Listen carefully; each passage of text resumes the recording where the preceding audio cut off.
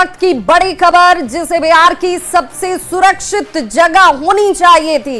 जी हां, राजधानी पटना, वहां अपराधी सरेआम कहर बरपा रहे हैं। ये 4 तस्वीरें हम इस वक्त आपको दिखाने जा रहे हैं। इन तस्वीरों को देखकर आपको इसका अंदाजा हो जाएगा कि आखिर ये हो क्या रहा है।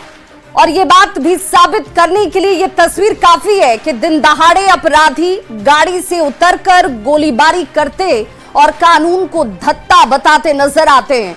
दूसरी तस्वीर आपके सामने, जहां पर बाइक पर बैठे हुए बदमाश पिस्टल चलाते हुए दिख जाएंगे आपको। जरा भी कानून का खौफ नहीं। कल खटाल चलाने वाले को गोली मारी गई और आज एक युवक को 3 गोलियां दागी गईं।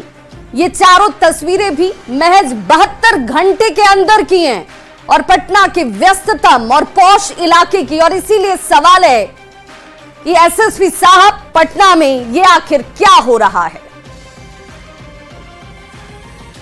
सवाल ये कि राजधानी पटना में आखिर आम लोग सुरक्षित कैसे महसूस करेंगे। और इसीलिए ये सवाल भी, पटना में कैसे सुरक्षित महसूस करेंगे लोग, जो कि सबसे बड़ी जिम्मेदारी होती है कानून व्यवस्था को लागू कराने वाले लोगों के लिए। तो वो आम लोग सुरक्षित कैसे महसूस करेंगे। क्या पटना में पुलिस का खौफ खत्म हो चुका है, ये सवाल भी है। और ये सवाल इसलिए उठ रहे हैं, सवाल उठने के पीछे की बड़ी वजह यह है क्योंकि 72 घंटे के अंदर 4 घटनाएं जो है वो सामने आ जाती हैं।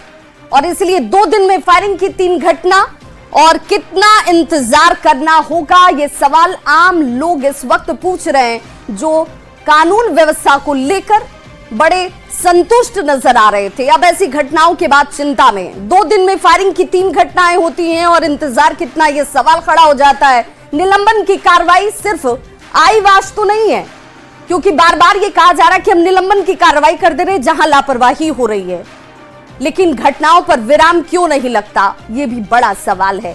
और इसीलिए निलंबन की कार्रवाई सिर्फ आई वॉश तो नहीं, ये भी उठ रहा है सवाल। बिहार में अपराध एक बार फिर से सिर उठाने लगा है। बात चाहे राजधानी पटना की हो या फिर बक्सर, सहरसा या फिर बिहार का कोई भी दूसरा जिला, लगभग सभी जिलों में अपराधी बेखौफ होकर अपनी धमक दिखा रहे हैं। ये जो तस्वीर इस वक्त आपके टीवी स्क्रीन पर है, ये तस्वीर उस पौष इलाके की, व्यस्त इलाके की, जहां पर घटनाओं को अंजाम देने से पहले 2 बार अपराधियों को सोचना पड़ता। बिहार में बड़े अपराध पर डीजीपी विनय कुमार का हालांकि कहना है कि एक भी अपराधी बख्शे नहीं जाएंगे और अगर इनकी तरफ से व्यवस्था बनाई जाती है तो हर हाल में इनका इलाज किया जाएगा। हम लोग हर आपराधिक घटना का मॉनिटरिंग कर रहे हैं और सभी का खुलासा बहुत जल्द हो जाएगा। हालांकि जब पटना में ताबड़तोड़ फायरिंग हो रही है, आपराधिक घटनाओं को देखा जा रहा है, तो सवाल पूछा गया तो उनका कहना कि इस घटना में शामिल सभी अपराधियों की पहचान कर ली गई है और जल्द से जल्द इनकी गिरफ्तारी की कार्रवाई को सुनिश्चित किया जाएगा।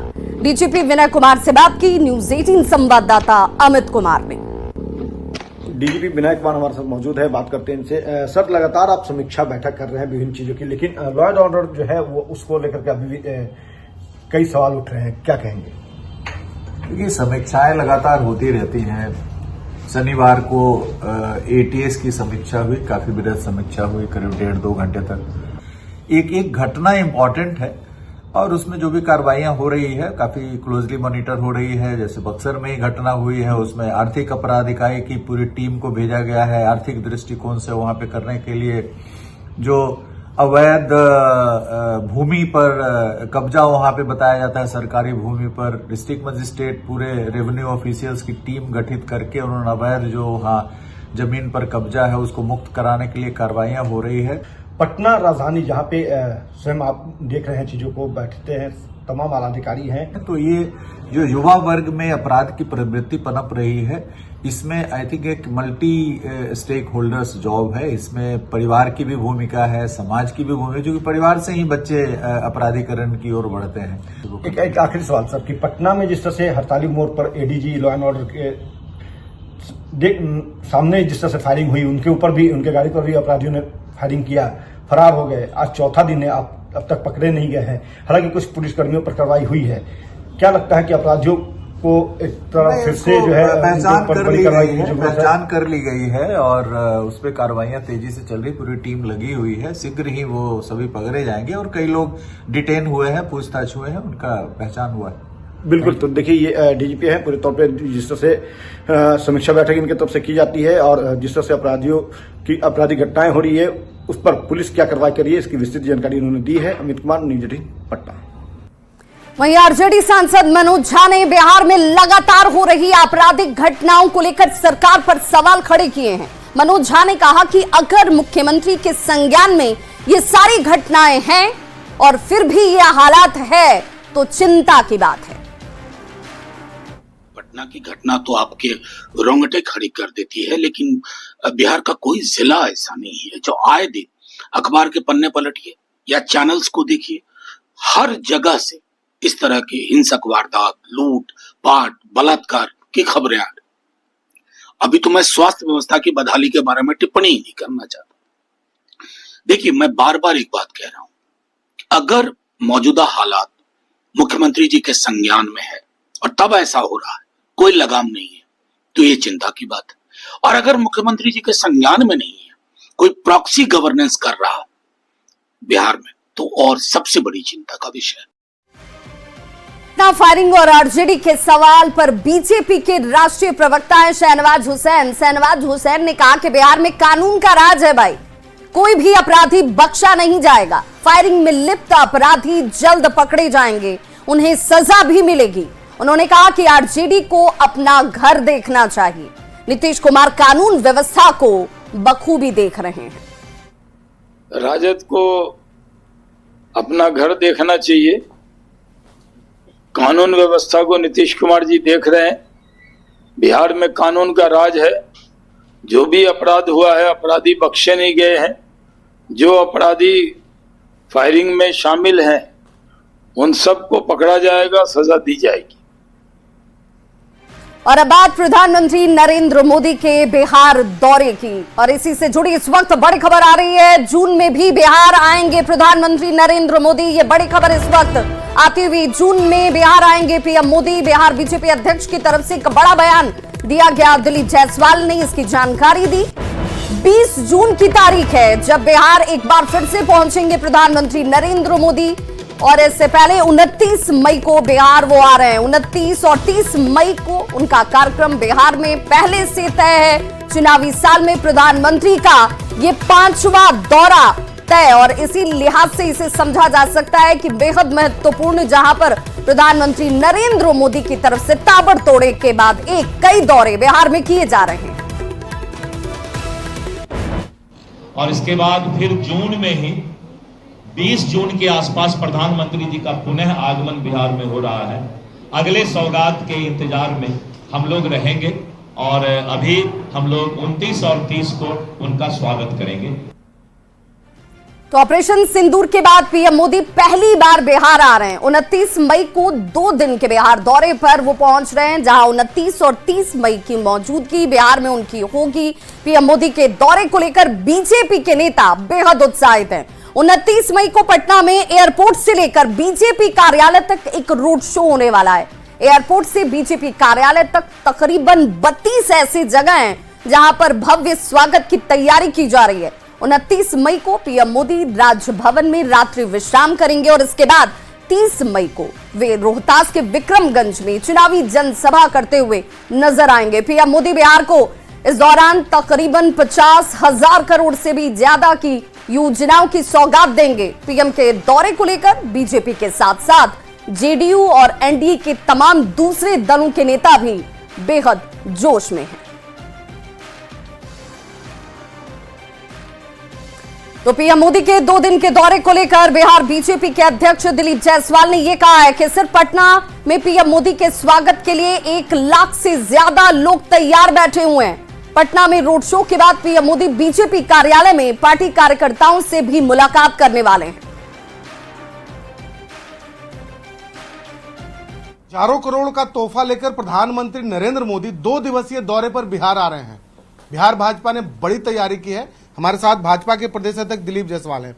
दिलीप जी, 2 दिनों के लिए प्रधानमंत्री आ रहे हैं, पटना में भी भव्य स्वागत होना है, क्या तैयारी? देखिए, दुनिया के सर्वाधिक लोकप्रिय नेता और भारत के यशस्वी प्रधानमंत्री श्री नरेंद्र मोदी जी 2 दिवसीय दौरे पर बिहार आ रहे हैं। ज्यादातर उनका प्रोग्राम 1 दिन का होता है, वो भी कुछ घंटों का होता है, लेकिन इस बार वो 2 दिन समय पटना में और बिहार के धरती पर देंगे।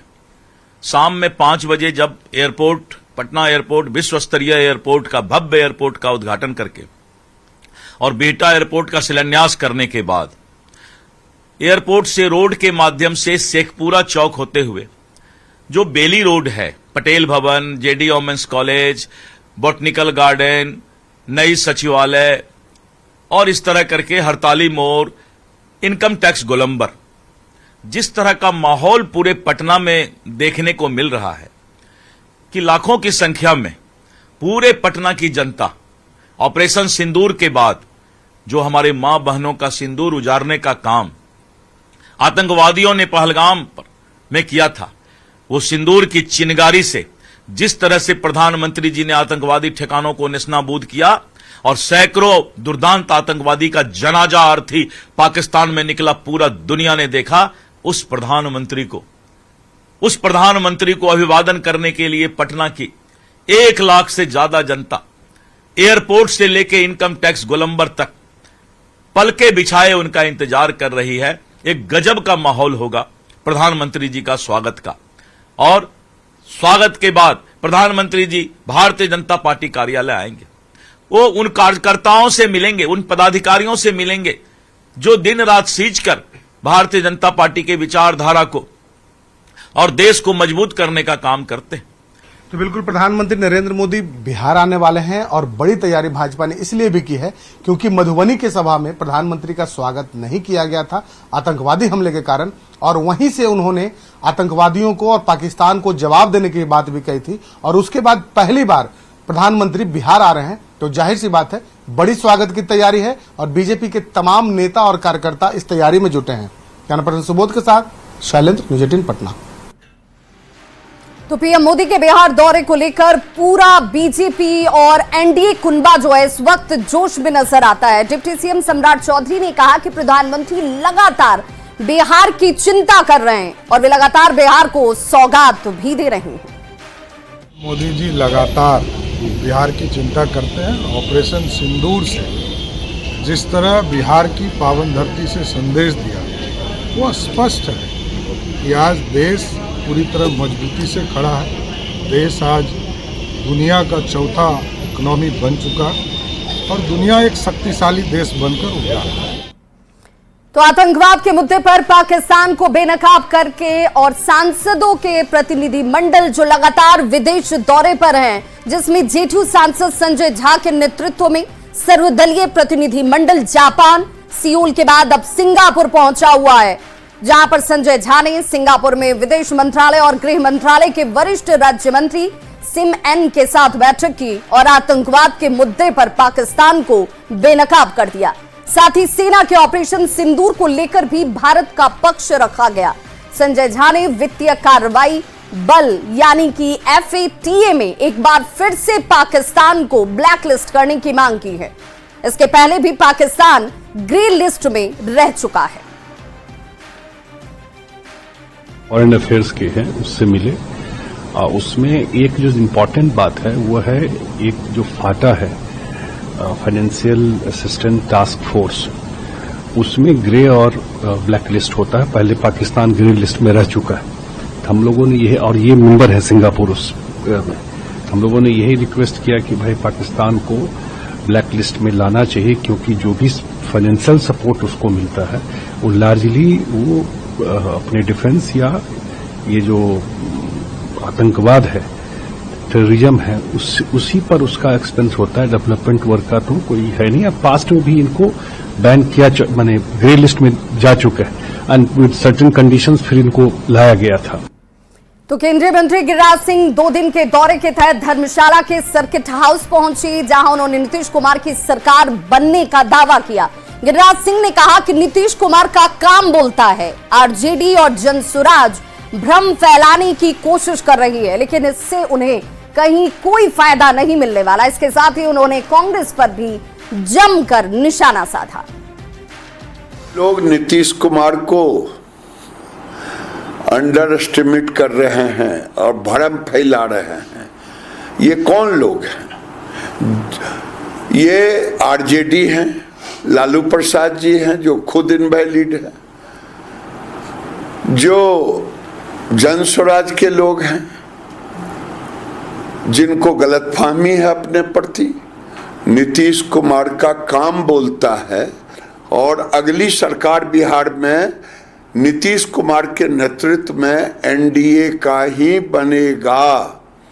और इस वक्त बड़ी खबर आ रही है पटना से, जहां बिहार में विधानसभा चुनाव के मामले से जुड़ी हुई ये बड़ी खबर। जेएमएम अलग लड़ सकता है चुनाव, ये खबर इस वक्त आती हुई इंडिया गठबंधन से अलग हो सकता है जेएमएम। और बिहार में जेएमएम की 15 सीटों पर पहले से दावेदारी नजर आ रही थी। वो ये कह रहा था कि भाई मुख्यमंत्री हेमंत सोरेन को लोग चाहते हैं, उनकी पकड़ है और इसीलिए 15 सीटों पर उनकी दावेदारी तो बनती है, लेकिन 15 सीटों पर दावेदारी की बात बनती हुई नजर नहीं आ रही संभवतः। और इसलिए ये बड़ी खबर इस वक्त कि हो सकता है कि 15 सीट पर अलग से जेएमएम चुनाव लड़ सकता है। जेएमएम ने आरजेडी को गठबंधन धर्म जो है वो जरूर याद दिलाया कि भाई गठबंधन में तमाम सहयोगियों को लेकर चलना होता है, ये धर्म का पालन आरजेडी को करना चाहिए।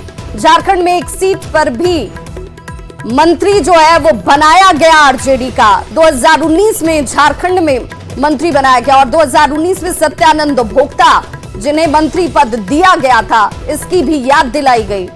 झारखंड में सिर्फ एक सीट पर आरजेडी जीता, इसके बावजूद एक मंत्री पद उसे मिला, यानी गठबंधन धर्म का पालन झारखंड में किया गया। अब बिहार में उसी धर्म का पालन आरजेडी करे।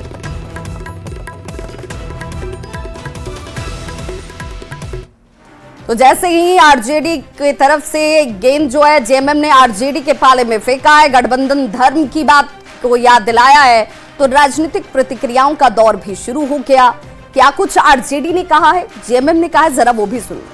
साथ बैठेंगे, पूरा इंडिया ब्लॉक बैठेगा, एक एक चीज पे, एक एक पहलू पे, और अंततः जो बार बार तमाम महागठबंधन दल के लोग कह रहे हैं, तेजस्वी जी ने स्वयं कई अवसरों पर कहा है कि विनेबिलिटी हमारा एक मात्र क्राइटेरिया होगा, सारी चीजें रिजॉल्व हो जाएंगी, डोंट वरी। देखिए, बिहार में सत्ता में तो आएगी एनडीए, लेकिन बंदर बांट शुरू हो गई है महागठबंधन के अंदर। अब जेएमएम भी कूद गई है, वो भी 15-20 सीट मांग रही है, क्योंकि राजद जाकर झारखंड में सीटें ले लेता है, तो इनके अंदर द्वंद्व है।